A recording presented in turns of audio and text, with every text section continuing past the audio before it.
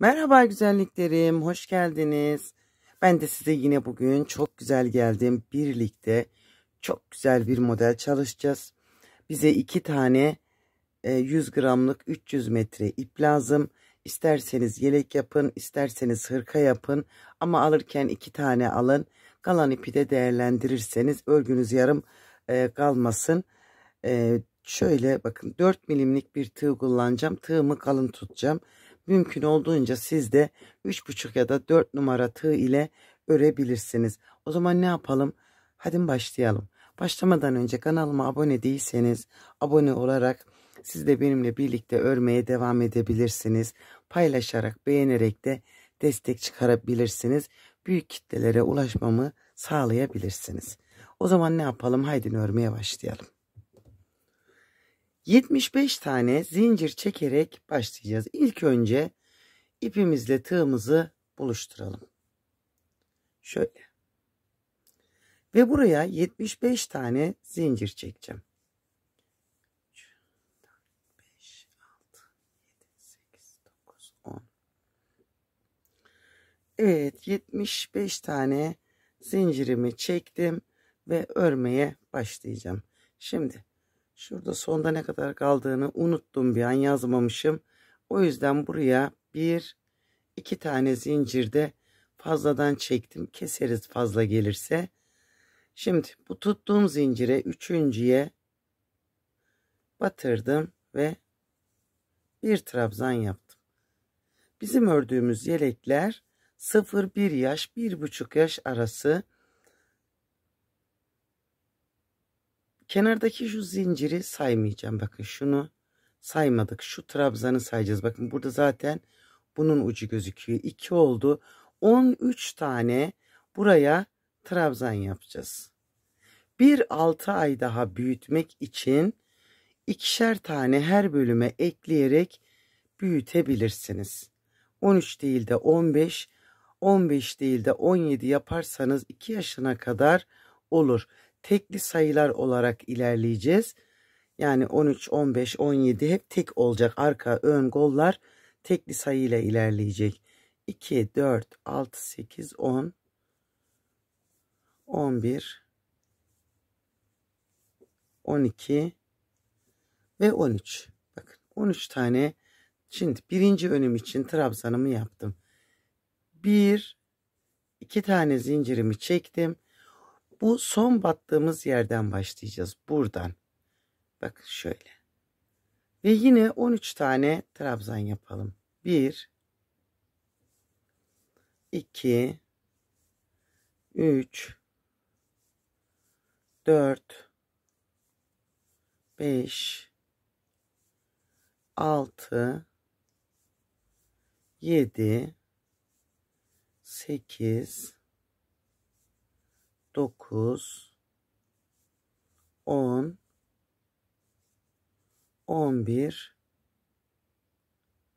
12 ve 13. Şimdi bu 13 tane de birinci kolumuz için. Şurada yazıyor bakın 13 diye. 13 trabzan diye yazıyor. 13 DC yazar. Şöyle. Ve yine 2 zincir çekelim. 1, 2. Şimdi arka için 25 tane trabzan yapalım. Ve son battığım yerden batarak. Burayı da 25 trabzan yapıp geleceğim. Evet, 25 tane de arka için trabzan hazırladım. 1-2 zincir çektim. Şimdi ikinci kolumuzu yapacağız. Son battığım yere batırıp 13 tane trabzan yapacağım. 1, 2, 3, 4, 5, 6, 7, 8, 9, 10, 11, 12 ve 13. Şöyle. İkinci kolumuz için 2 zincir ve son önümüz için Yine son battığım yerden 13 tane trabzan yapacağım. 3 4 5 6 7 8 9 10 11 12 ve 13. O başta hani unuttum deyip de 2 tane zincir ekledim ya. Demek ki 75'miş. Ben orada doğru hatırlamışım ama yine de 2 tane bakın burada fazla geldi. Bunu şuradan birini söküp saklayabiliriz. O sorun değil. Evet. Kurulumumuzu yaptık. Burayı atlatmadan izlediyseniz sorunsuz yaparsınız. Evet, şimdi bakın bu çıkışa dikkat edelim. 1 2 zincir çektim ve çevirdim. Aslında burada 1 çekiliyor da ben 2 çekiyorum.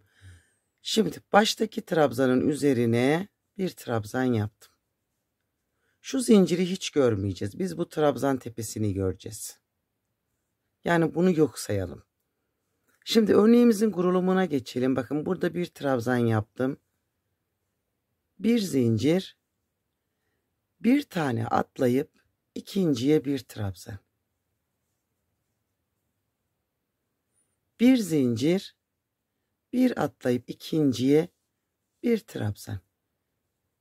Bir zincir, bir atlayıp ikinciye bir trabzan. Kafesler oluşturacağız.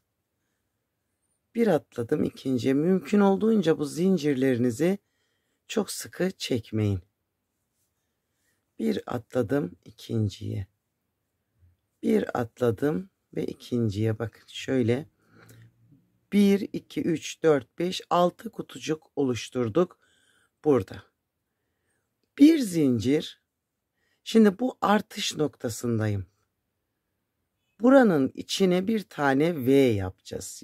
Yani bir trabzan, bakın bir zincirle başladım yine. Bir zincir, bir trabzan. Şöyle. Bir zincir, şimdi V'mizi yaptık. Bakın burada bir V oluştu. Hemen trabzanın üzerine trabzanımı yaptım. Bir zincir, bir atladım ikinciye. Şöyle bakın göstereceğim şurayı. Görüntümüz bu şekilde olacak. Artış noktamız burası. Eğer ben unuturum, yeni başladım, tam bilmiyorum diyorsanız buralara birer tane işaret koyabilirsiniz. İple ya da ayraçla. Bir zincir, bir atlayıp ikinciye bakın. Bir atladım ikinciye. Bir atladım.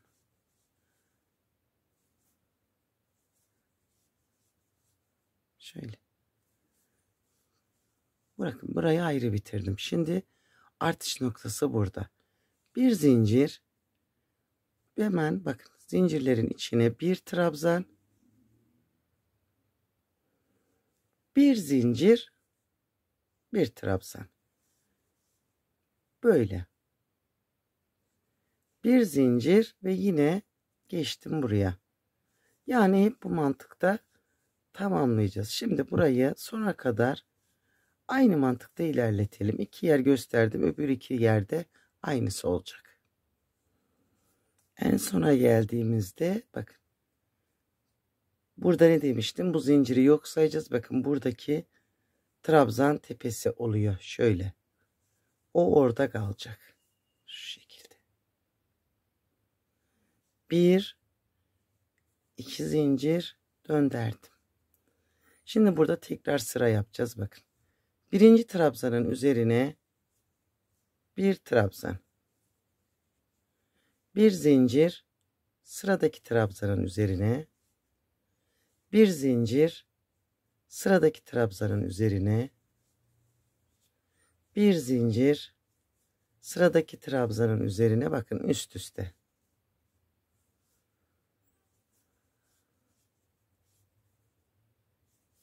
Şöyle. Hepsine, trabzanların hepsine bakın, artış noktasındaki V'ye geldim. Bu V'nin trabzanının birincinin üzerine yine bir trabzan. Bakın. Bir zincir. Buraya yine V yapacağız. Burayı hep böyle yapacağız. Bir zincir, bir V. Yani burada bu artışı yapmış olacağız. Ve yine zincirimi çektim. Bakın. Önündeki trabzandan başlayacağım. Her trabzanın tepesine batacağız. Bakın gördünüz mü? Yine aynı görüntüyü yaptık. Bir zincir, trabzan tepesine.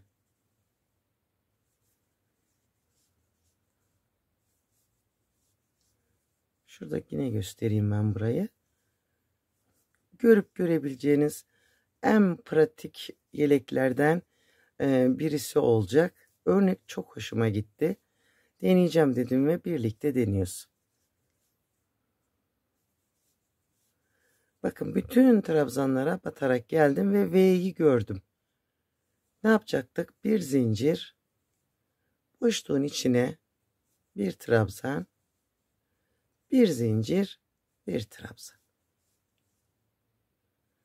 Ve yine sıradaki trabzandan devam edeceğim. Bu kadar kolay. Sona kadar gidelim. Şöyle bakın. Başladı oluşmaya. Dönüşmeye de başladı. Hadi bakalım.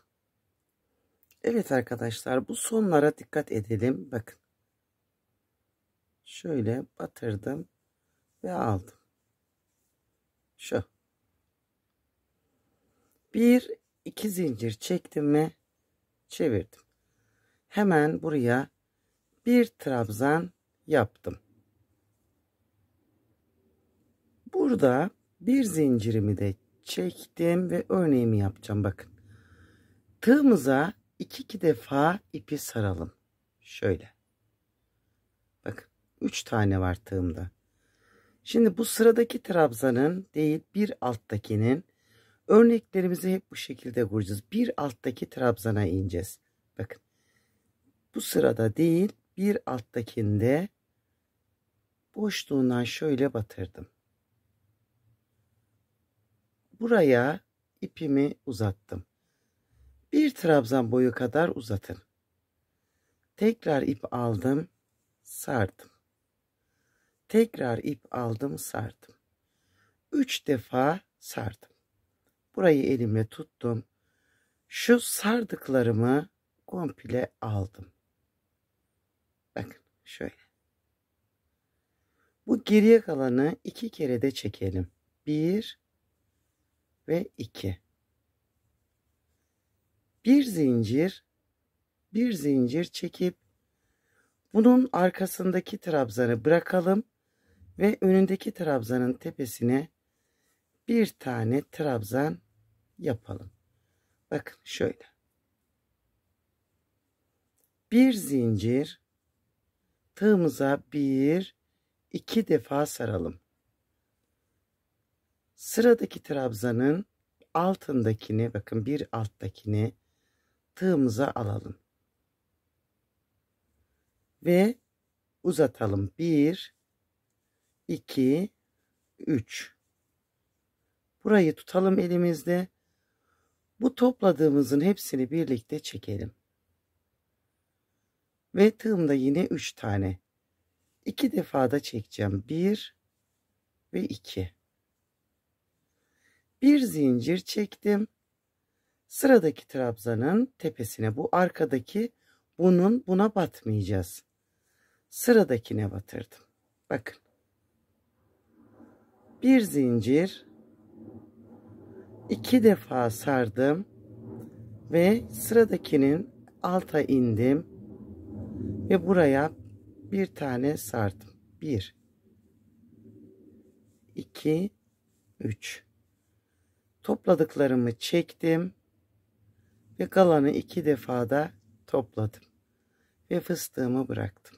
Bir zincir, sıradaki trabzanın tepe noktasına bir tane trabzan yaptım.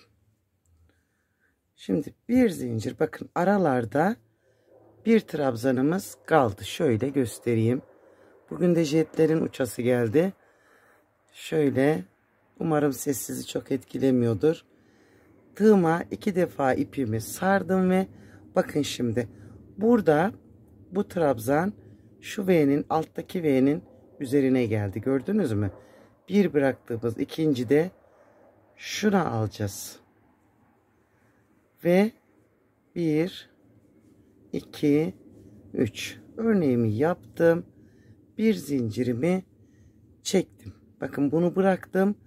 Nereye geldik? V'nin tepesine bir tane trabzan yaptım. Şöyle. Bir zincirimi çekip yine buradaki artışımı yapacağım. Bakın şunu.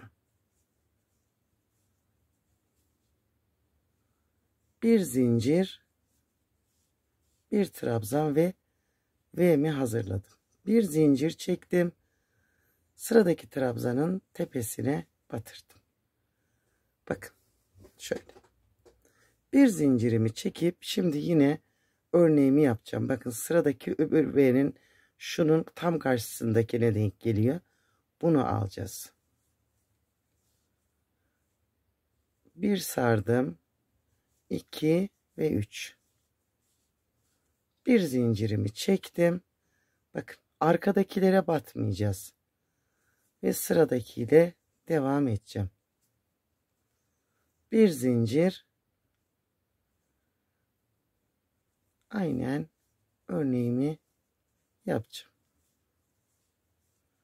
Bir zincir. Bir trabzan. Aralarda birer tane boş trabzanımız olacak. Burayı da sırayı tamamlayarak geldiğimizde bakın yine artış yerindeyim. Şöyle bak kafanız karışmasın. Şimdi bu trabzan ta alttaki ilk artışımıza denk geliyor. Bunu aldım. 3 defa sardım. Bir zincir çektim. Ve bakın V'nin tepesine geldi. Bir zincir. Buraya yine bir tane artış yapalım. Artışımız V şeklinde oluyor. Bir zincir. Önündeki trabzanını da yaptım. Bir zincirimi çektim ve yine bakın alttakine ineceğim. Atlatmadan izlediyseniz buraya kadar yine sorunsuz bir iş çıkartabilirsiniz. Evet, şimdi öbür artışa kadar yine örneklerimi kurarak ilerleyeceğim.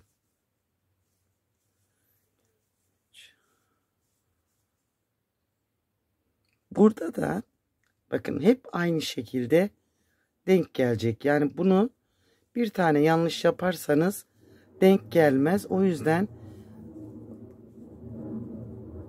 bir tane bile kaydırsanız örneğiniz bozulur. Bakın burada da aynısı. Bir zincir artışımı yaptım. Şöyle. Ve şimdi tamamlayacağım. Bakın detaylar hep anlattım. Sona kadar böyle gidelim. 3. Tek detayımız şu, toplarken fıstığınızı bırakmayın, bozulmasın. Çekerken bozulabilir. O yüzden çekene kadar fıstığınızı bırakmayın. Bakın 1, 2, 3 tuttum. Çektim. Ve topladım. Sonra bıraktım. Bu hiç bozulmaz. Örneğiniz dümdüz ilerler. Evet güzelliklerim. Sona geldiğimizde aynen başladığımız gibi bitireceğiz. Bakın. Başlangıcımız ve bitişimiz aynı. 2 tane zincir çektim ve örgümü çevirdim. Hemen birinci trabzanımı birincinin üzerine yaptım. Bir zincir çektim. Sadece trabzan tepelerine batacağız. Yani kafes örmeye devam. Hep bu kafesi öreceğiz. Bir zincir trabzan tepesine, bir zincir trabzan tepesine, bir zincir trabzan tepesine. Böyle artışımızı hiç unutmayacağız. V'yi gördüğümüz yerde yine V yapacağız içine. Bir zincir. Bakın gördünüz mü? Belli ediyor zaten kendini. Bir zincir ve şöyle Şimdi bu V'nin içine yine bir zincir, aynı yerden bir zincir ve yine aynı yere batırdığımda buraya bir tane V oluşturmuş oldum. Bakın artarak gidiyor. Ve sıradaki trabzana batırdım. Şimdi tüm trabzanların tepesine batarak ilerleyeceğim. Sakın atlamayın. Çünkü örnek bozulur, sayı bozulur. Dikkatli bir şekilde yapalım.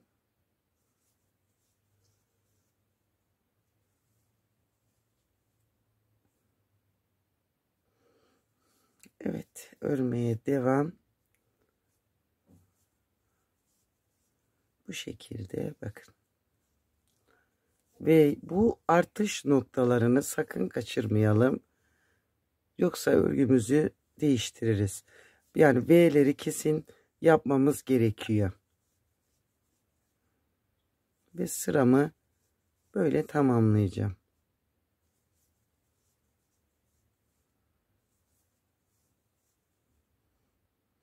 Evet, 2 zincirimi çekip çevirdim ve trabzanımı yaptım. Şimdi burada aralara gireceğiz, kaydıracağız örneğimizi. Yani örneğin üstüne denk gelmeyecek. Bunun üstündekini trabzan olarak yapacağız. Bakın, fıstığın üzerine denk geleni fıstık olarak değil, trabzan olarak şöyle. Bir zincir çektim, 2 defa sardım. Ve yine alttakine ineceğiz. Bakın arada ikisinin arasındakine şuna ineceğiz. Yani bunun üzerine ve bunun üzerine değil araya. Bakın buradan bir alttakine inerek yine fıstığımı yapacağım. Bir zincir. Fıstıkların üzerine trabzanlar denk gelecek. Trabzanların olduğu yere de fıstığımızı denk getireceğiz. Bir zincir bakın.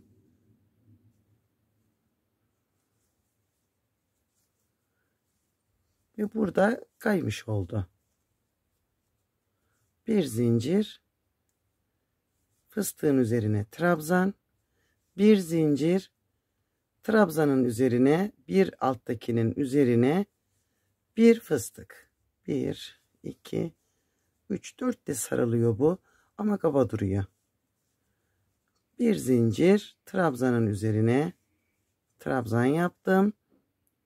Bakın. Bir zincir. Şimdi bakın bunun altındakine. Ve pardon, sarmayı unuttum.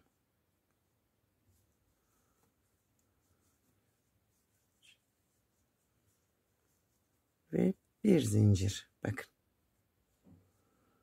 Trabzanın üzerine trabzan. Burada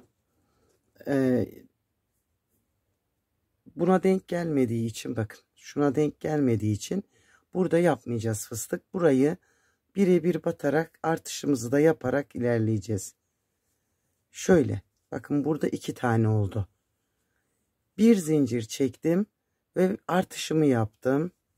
Buraya bir tane V'mi yaptım. Şimdi yine 2 tane o tarafa gideceğim. Şu 1, şu da 2. Ve şimdi başlayacağım yine. Bakın şu öndekini baz alın. Şuna geleceğiz. 2 defa sardım. Şöyle. Çok basit bir şekilde örneğimizi takip edeceğiz. Ve bura bakın, görüntümüz bu. Şöyle göstereyim.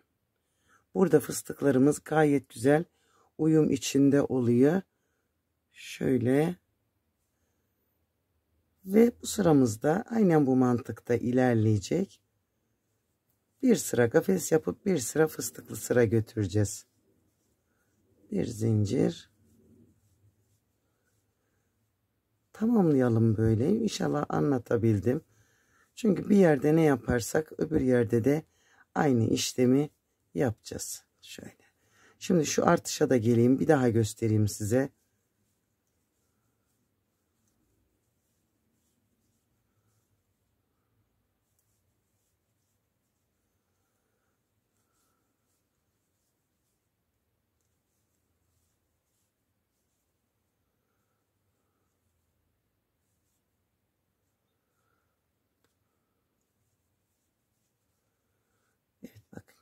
Geldim.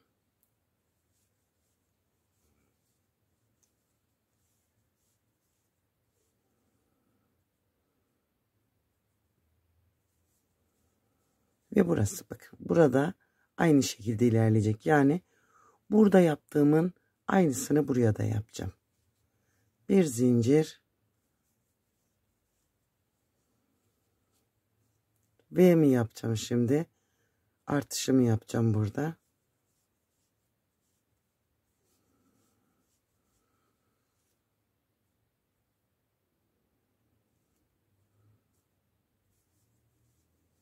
Evet, bakın. Ve örneğimi takip ederek yine devam edeceğim. Fıstığın önündekini, bakın, yine fıstık yapacağım.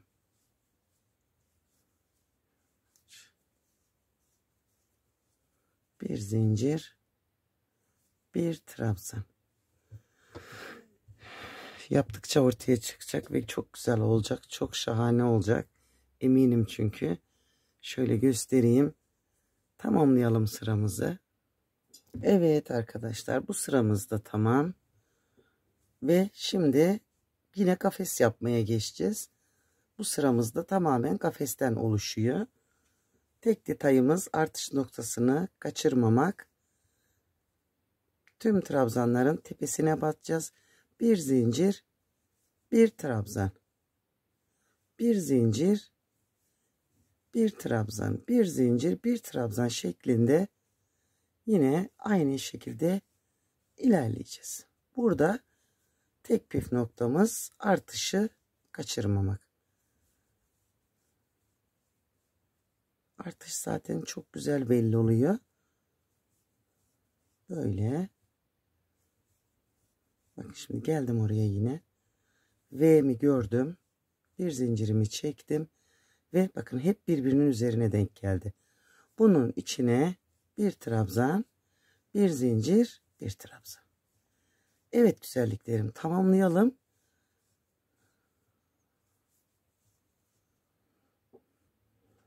Bir iki zincir çekerek çevirdim.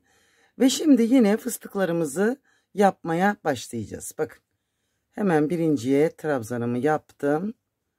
Bir zincirimi çektim. Şimdi bakın buradan başlayacağız. Birinciyi böyle yapmıştık. İkinciyi bir öndekine. Şimdi yine bakın fıstığımızı takip ederek bir alttakinden başlayacağız. Yani yine kayma oldu burada. Kaydırdık bunu. Ve örneklerimi kurarak gideceğim. Gördünüz mü? Kendi kendini götürüyor artık. Yeter ki sırayı şaşırmayın. Şöyle. Artış noktasına kadar gideceğim. Ve orayı yine bir kere daha göstereyim.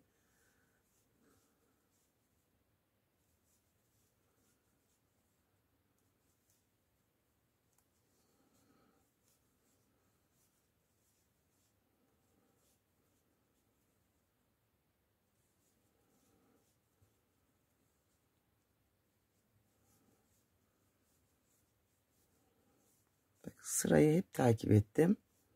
Hiç atlamadım. Bir dolu bir boş olarak ilerledik. Ve buraya geldiğimizde bakın bunun altındaki bu. Buna ineceğiz şimdi. Gördünüz mü? Buradan bu da kendini yaptırdı. Şöyle bir zincir, bir atladım ve bakın artışıma tekrar geldim. Artışımızı da yapıp bir ileriden bir geriden başlayarak kol boyumuzu uzatacağız. Aynı artışı yaptım bakın. Ve böyle. Şu şekilde. Evet, robamız bu şeklini aldı. Bakın şimdi bu bize 0-1 yaş için gayet uygun bir ölçüde oldu. Eğer ki bir 6 ay daha ekleyecekseniz bir sıra daha artış sırası yapabilirsiniz. Bir sıra daha eklediğinizde de 2 yaşa kadar yapmış olursunuz. Bu benim için yeterli bir boyutta. Ne kadar yansıyor bilmem ama gerçekten güzel yakıştı, güzel oldu. Ve şimdi nasıl yaptık? 1, 2, 3, 4 tane fıstık sıramız var. 8 sıra ediyor. Bir de bu 9 sıra ediyor. 10. sıradayım. Ayrım işlemini yapacağım. Yine şu artış noktasına kadar kafeslerimi yaparak ilerleyeceğim. Artış noktasına kadar geldim. Bakın şöyle. Burada bir zincirimi çektim. Bu artışın içine bir tane trabzan yaptım. Şöyle. Bir zincir çektim. Aldım ipimi. Geldim öbür artış noktasına. Kolu bıraktım. Bakın V burada. Bunun içine bir tane trabzan. Şu kol yeri gayet güzel bir genişliğe ulaştı. Hırka da yaparsak güzel bir genişliği, yelek de yaparsak güzel. Ve şimdi hemen önünden yine kafeslerimi yapıp öbür kol ayrımıma kadar ilerleyeceğim. Evet, ikinci artışa bakın, kola geldim. Yine bir zincir, buranın içine bir trabzan, bir zincir, katladım kolumu ve hemen V'min olduğu yere geldim ve içine bir tane trabzan yaptım. Bir zincir ve tekrar ayırma işlemimizi yaptık. Burayı gidelim. Örneğimizi kurarak koltuk altına kadar gelelim ve orada devam edelim. Evet, buraya geldiğimizde şimdi bir ayar çekmemiz gerekecek. Şöyle bir bakalım. Şimdi şuradan şu örneği takip edelim iç taraftan. Buna örnek yapacağız. Bir atladık. Buna örnek yapacağız. Bir atladık. Şimdi bakın, bu arada bir tane fıstığımızın olması gerekiyor. Hemen şu boşluğun içine bir tane şöyle kısa bir fıstık yaptım eşit olsun diye. Bir zincirimi çektim ve şimdi bakın şuna yapacağım. Araya bir tane eklemiş olduk. Bakın şöyle. Zaten bir zincir çekmiştik.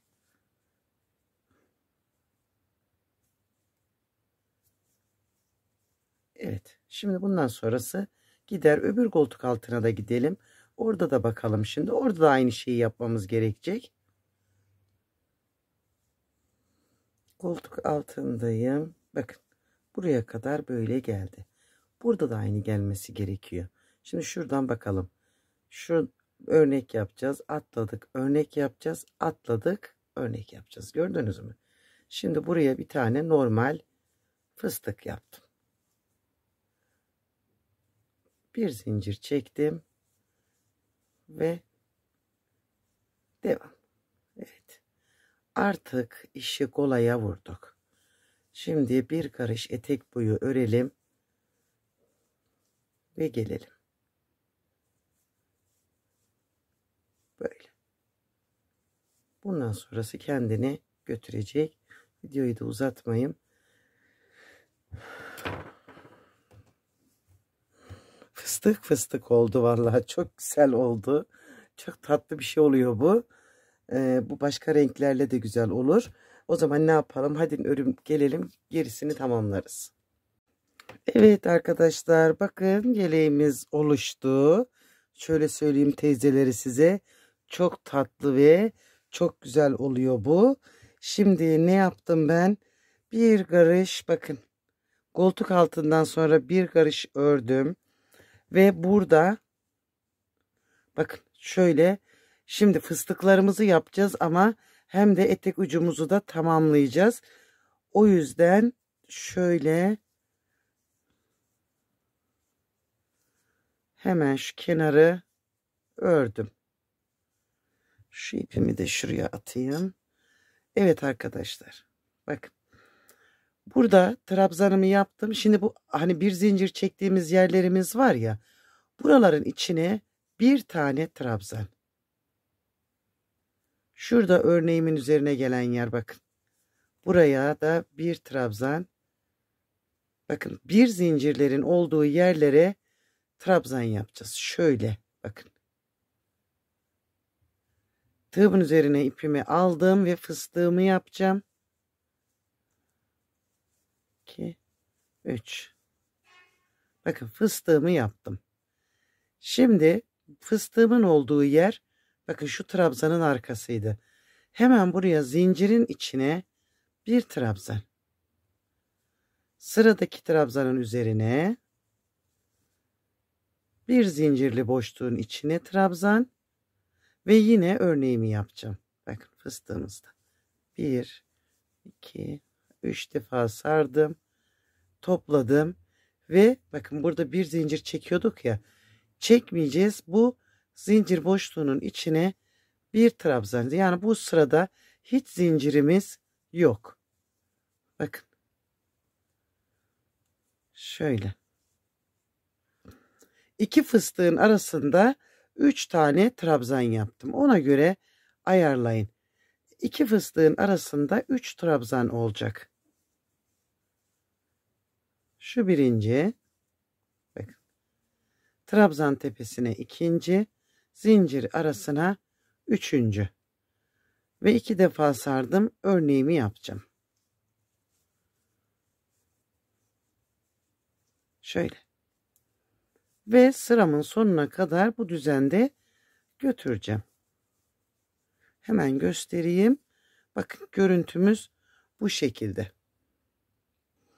Evet, sonuna kadar trabzanları yaparak aralara geldim. Her bölümün içinde 3 trabzanım var. Şimdi buradan ön biyeyi yukarıya doğru sık iğneler çıkartarak devam edeceğiz. Bir zincir çektim. Bakın güzelliklerim. Buralarda hep birer tane trabzan sırası var. Şimdi birinci yerden 2 tane aldım. Şöyle biraz eliniz ölçüsünü alabilmek için bir deneyin. Mesela ben her trabzan sırasından 2 tane sık iğne çıkartacağım. Ama belki daha sıkı yapıyor olabilirsiniz. O yüzden şöyle yapınca bakın. Eğer düz durmazsa bilin ki eksik kalıyor. Aralara ekleme yapın. Baktınız bollaşıyor, bollaşmaz. Onu hiç söylemeyelim bile. Sadece bakın 2 gayet güzel gelecek. Yani her sıraya 2 trabzan gelecek şekilde sık iğneler yapın.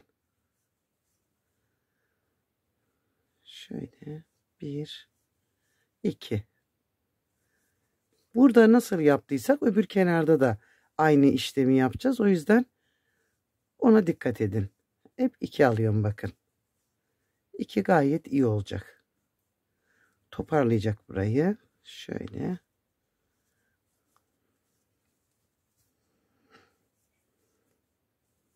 Bir daha bakalım. Bakın gördünüz mü? Ne bol ne de gergin bir durumda. Gayet güzel. Bir üst sırasını gittiğimizde de daha derli toplu olacak. Böyle bu tür tığ işi örgüleri ördüğümüzde yıkamadan kullanmayın. Az bir yumuşatıcıyla yıkarsanız dümdüz örgünüz düzlenecektir. Şu an hani örürken şey oluyor. Böyle duruyor ama yıkanınca oturur yerine hepsi ve güzel olur. Yumuşatıcıyla böyle ılık suyla yıkayabilirsiniz makineye atmadan.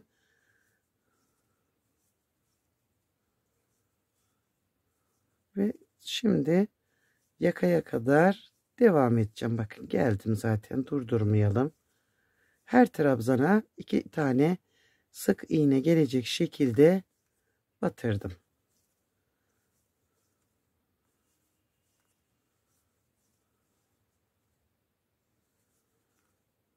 Böyle.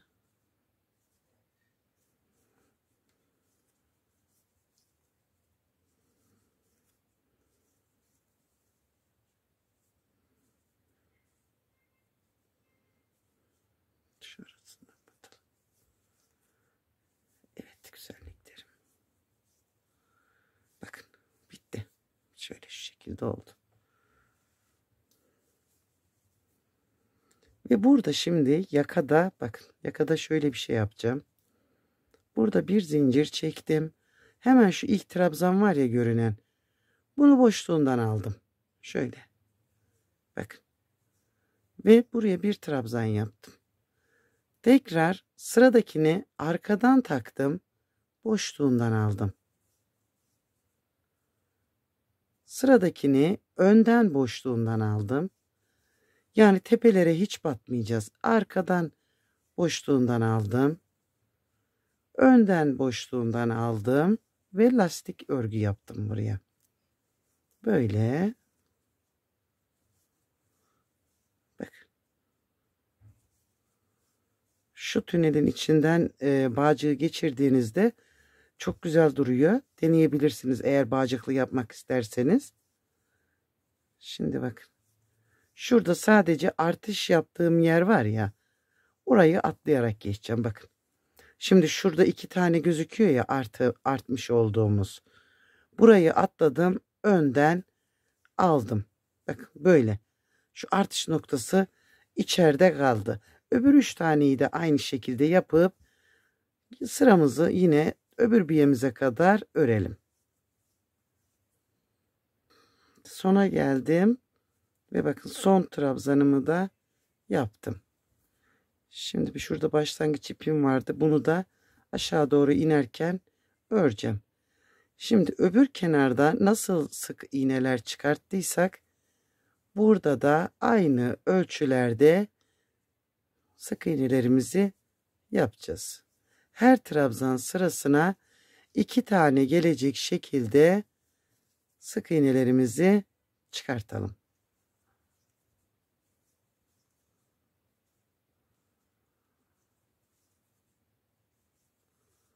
Böyle aşağıya kadar ineceğim.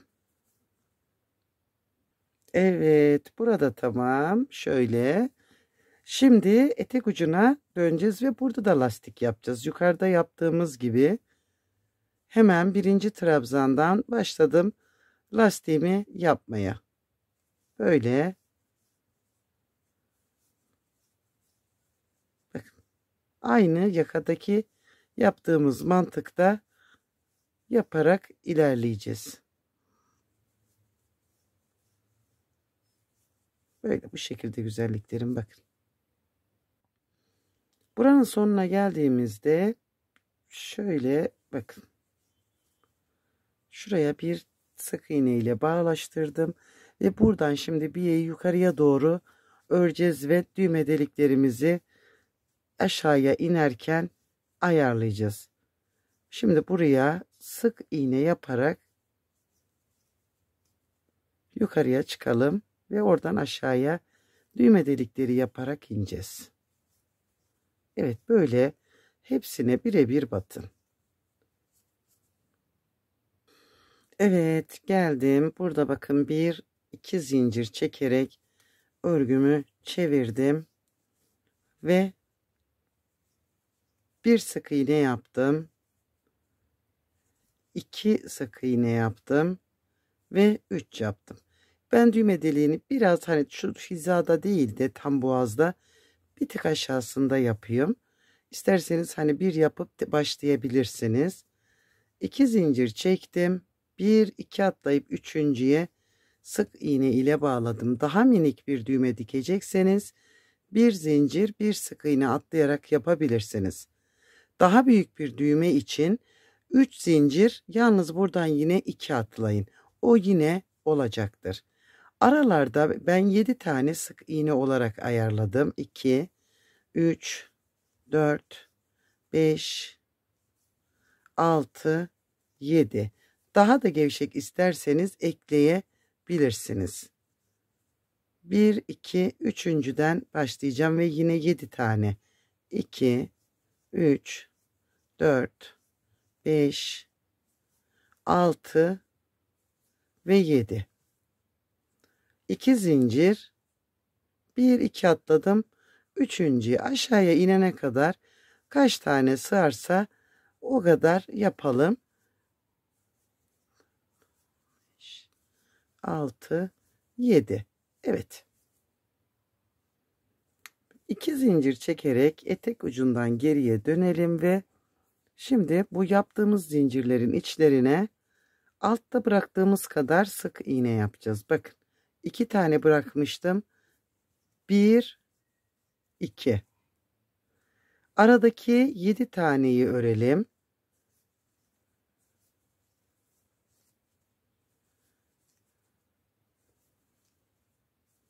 Şöyle. Zincirin içine yine 2 tane yaptım ve aradaki 7 taneyi öreceğim. Ve yukarıya kadar yine bu şekilde çekeceğiz.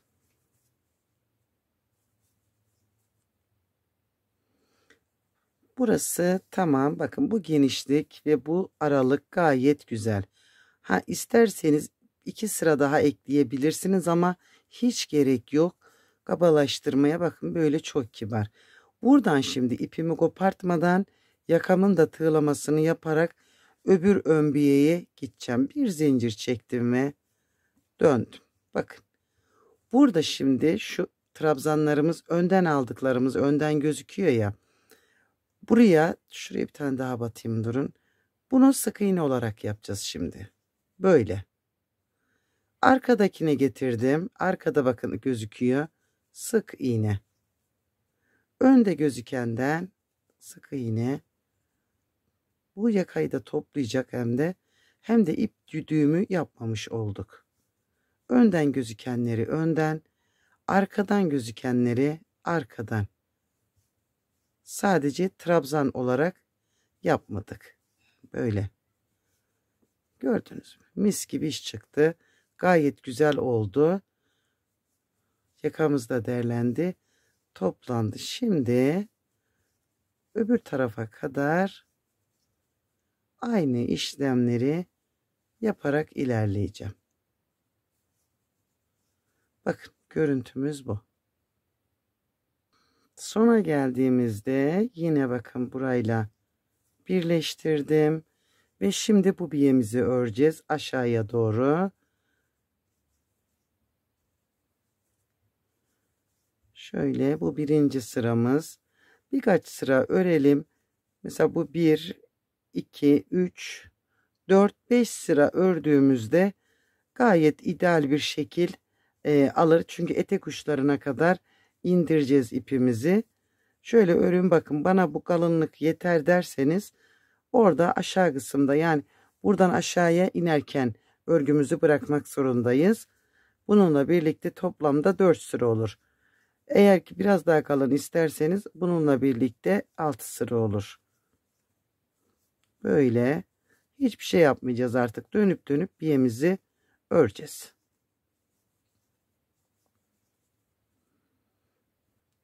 Evet arkadaşlar bu biyemiz de tamam. Şimdi etek ucunda yakada yaptığımız gibi bakın şu yakada yaptığımız gibi bir sıra sık iğneli sıra yapıp burayı da tamamlayacağız.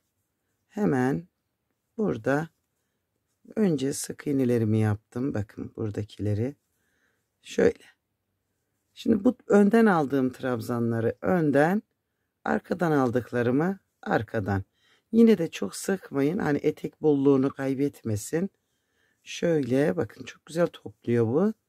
Bir sıra sık iğneli yapınca. Ve sıranın sonuna kadar götüreceğim. Ve burada işimiz bitecek. Şöyle. Evet arkadaşlar eteklerini de yaptık bitirdik. Bakın böyle. Allah'ım bu o kadar güzel bir şey ki inşallah sizler de benim kadar beğenirsiniz. Şimdi şu kollar var ya hırka olarak devam etmek isterseniz örneğin devamını götüreceksiniz. Yok ben yelek olarak devam ettireceğim derseniz şimdi yine bir sıra trabzan çıkartacağım. Bakın tam şuradan tığımı taktım. Ve bağladım. Bakın. Şimdi bu sırada hepsinden trabzan çıkartacağım. Şöyle burayı sağlama aldım ve ipimi de içine alıp zincir olan yerlerden trabzan bakın trabzan tepesine trabzan zincir olan yerlerden trabzan tepesine bir trabzan Sadece bir sıra lastik yapacağım. Çünkü çok kabalaşsın istemiyorum orayı. Burayı başladığım noktaya kadar trabzan yaparak geleceğim. Böyle.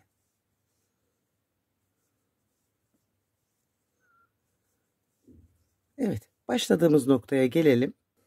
Evet arkadaşlar, başladığım noktaya kadar geldim. Bakın şu fıstık olan yerin üzerinden atladım ve birinci trabzanıma bağladım. Şöyle. Bir, iki zincir çektim ve hemen ilk trabzandan lastik örgümü yapmaya başlayacağım. Bir önden, bir arkadan alarak bir sıra yapacağım. Ha, isterseniz çoğaltabilirsiniz. Ama göreceksiniz ki güzel ve kibar duruyor. Fazla da yapmaya gerek yok gibi. Şimdi böyle bu sıramızda lastik örgü. Ve yine sırayı tamamlayalım ve bir bakalım, isterseniz büyütebilirsiniz de. Kanalıma abone değilseniz abone olarak, videolarımı beğenip yorum yaparak siz de bana destek çıkabilirsiniz. Paylaşarak gruplarınızda, sosyal medyanızda, en azından videonun içinde bir 5 dakika durarak siz de bize fayda sağlayabilirsiniz. Çünkü izlenmelere ihtiyacımız var. O yüzden sizlerin desteği çok önemli. Desteklerinizi bekliyorum. Böyle tamamlayacağım burayı. Evet, sırayı tamamlayalım. Şöyle bağlayalım. Bakın. Şöyle bir açın. Bakın nasıl görünüyor. Ona göre sıra ekleyebilirsiniz. Bu gayet iyi bir durumda. Ben eklemeyeceğim. Ve ipimi kesip şöyle de göstereyim. Bakın, iki ipten şöyle şu kadar ipim kaldı. Yani hırka yapmak isterseniz bir tane daha ip almanız gerekecek gibi duruyor. Hırkası da çok güzel olur. Şöyle ipimi de bakın aralardan örerek aldım. Şuradan bir kere daha geçireyim. Ve fazlasını kestim. Şu tarafa alalım. Şurada bir ipim daha vardı. Onu da alayım. Evet güzelliklerim. Hiç sıkılmadan örebileceğiniz bir model anlattım size. Benimle birlikte ördüyseniz zaten keyifli keyifli örmüşsünüzdür. Çünkü ben hiç örmekten sıkılmıyorum. Siz de sıkılmazsınız inşallah. Birlikte bu güzellik ortaya çıktıkça örmek daha bir keyifli oluyor. Şu iç kısmının görünüşü ve bu da dışarıdan görünüşü yine çok tatlı, yine çok güzel bir yeleğim oldu. Beni izlediğiniz için hepinize teşekkür ederim. Bağcık da takacaksanız burada yaptığımız şu tünelin içinden geçirerek bağcıklı da yapabilirsiniz teyzeleri. Ben şimdi hiç sevmediğim iş, bu kocaman örgüleri örerim. Tek sevmediğim iş ne biliyorsunuz mu? Düğmeleri dikmek. Şimdi bir de bunun düğmeleriyle uğraşacağım. Bakalım nasıl düğme yapıp ekleyeceğim. Umarım güzel bir düğme bulurum. Hoşça kalın. Sevgiyle kalın.